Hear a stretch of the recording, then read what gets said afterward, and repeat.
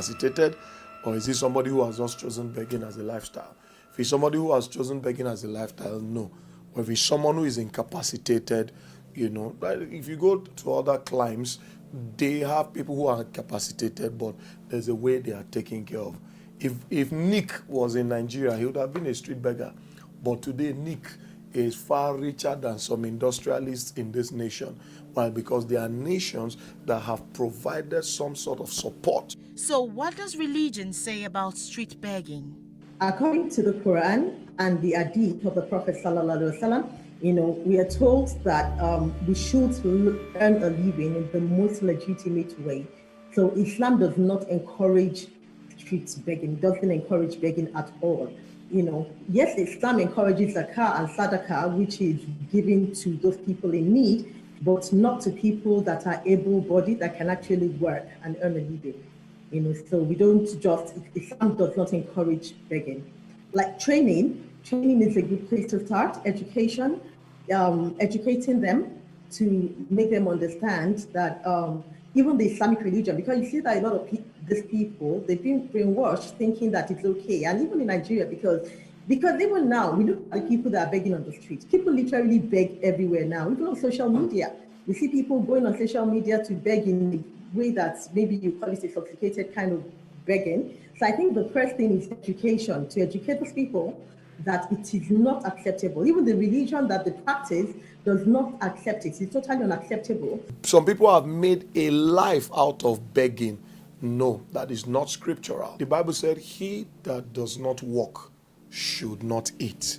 But let him, then secondly, let him that steals steal no more, so that he can walk, so he can have to give. So we are permitted to give to beggars, provided that, or let me put it this way, we should give to beggars who are incapacitated, not those who have the capacity to walk.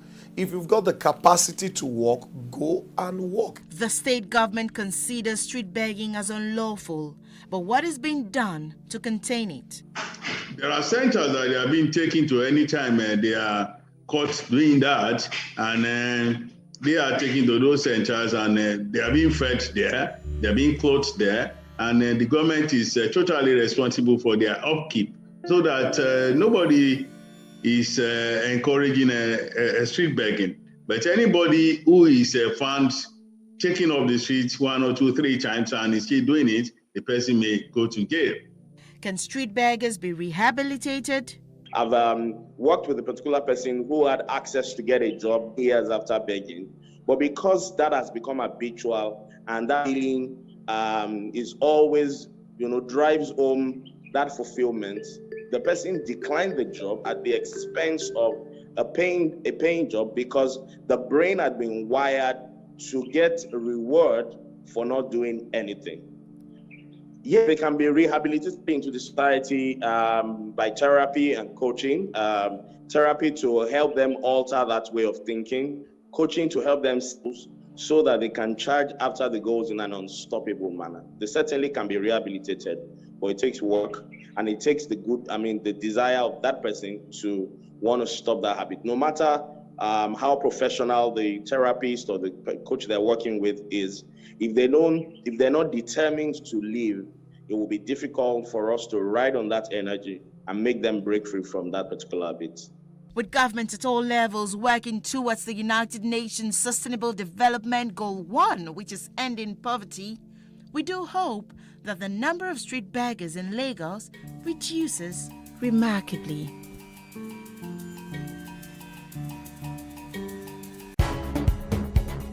Our education system.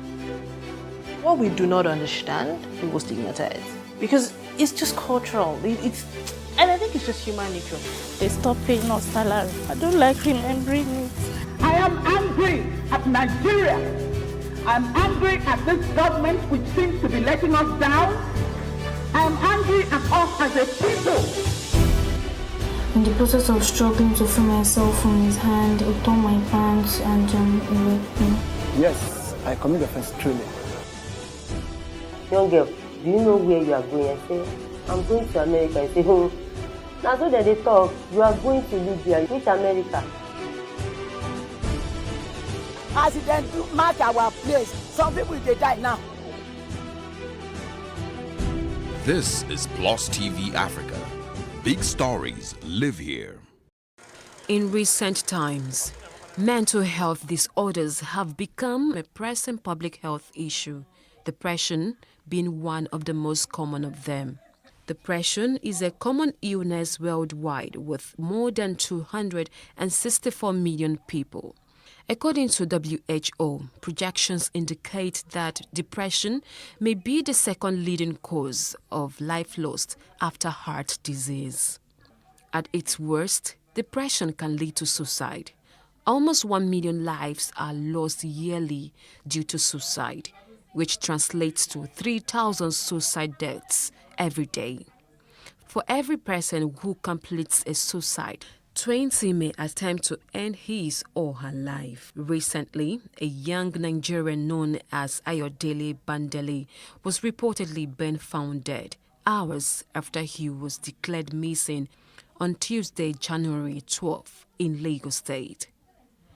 Before he was declared missing, he left a disturbing note on his Instagram story where he hinted suicide after opening up on how he battled depression for 7 years.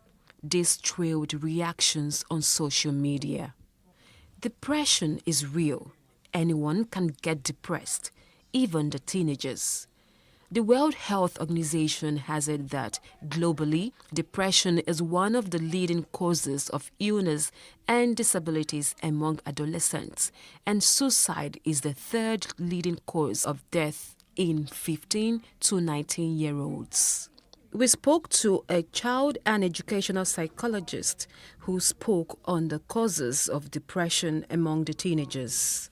A lot of people believe that depression happens to only adults, but research has proven that teenagers also experience depression.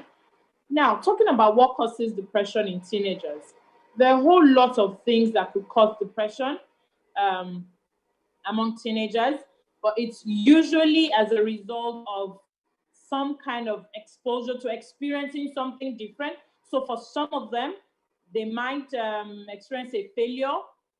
Maybe they wrote an examination and they failed. It could cause depression. Sometimes it could be loss of a loved one.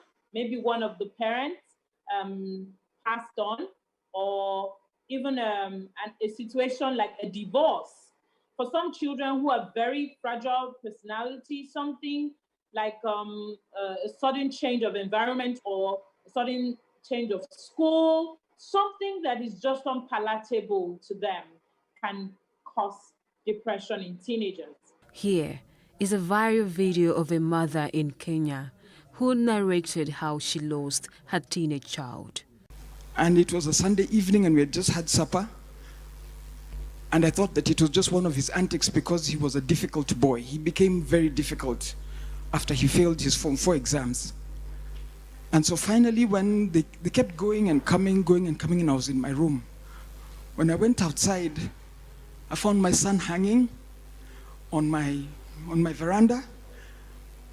And the most wicked sight in my life is to see his tongue hanging almost up till here. Because he had... What should be done? What are the roles the parents are to play in curbing these disturbing issues of depression? So the first thing that I would say that parents need to do is to realize that this is possible and to wake up from this, what I call it, denial that seems to exist in most African families. When parents do these two things, then they become naturally more observant. They begin to look out for the signs in the children. Yes, teenagers have a lot going on for them. They're going through hormonal changes. They're going through a lot of physical, psychological changes. And so, yes, they would have mood swings. They'll have high and low days, but it will come and go. But once it lingers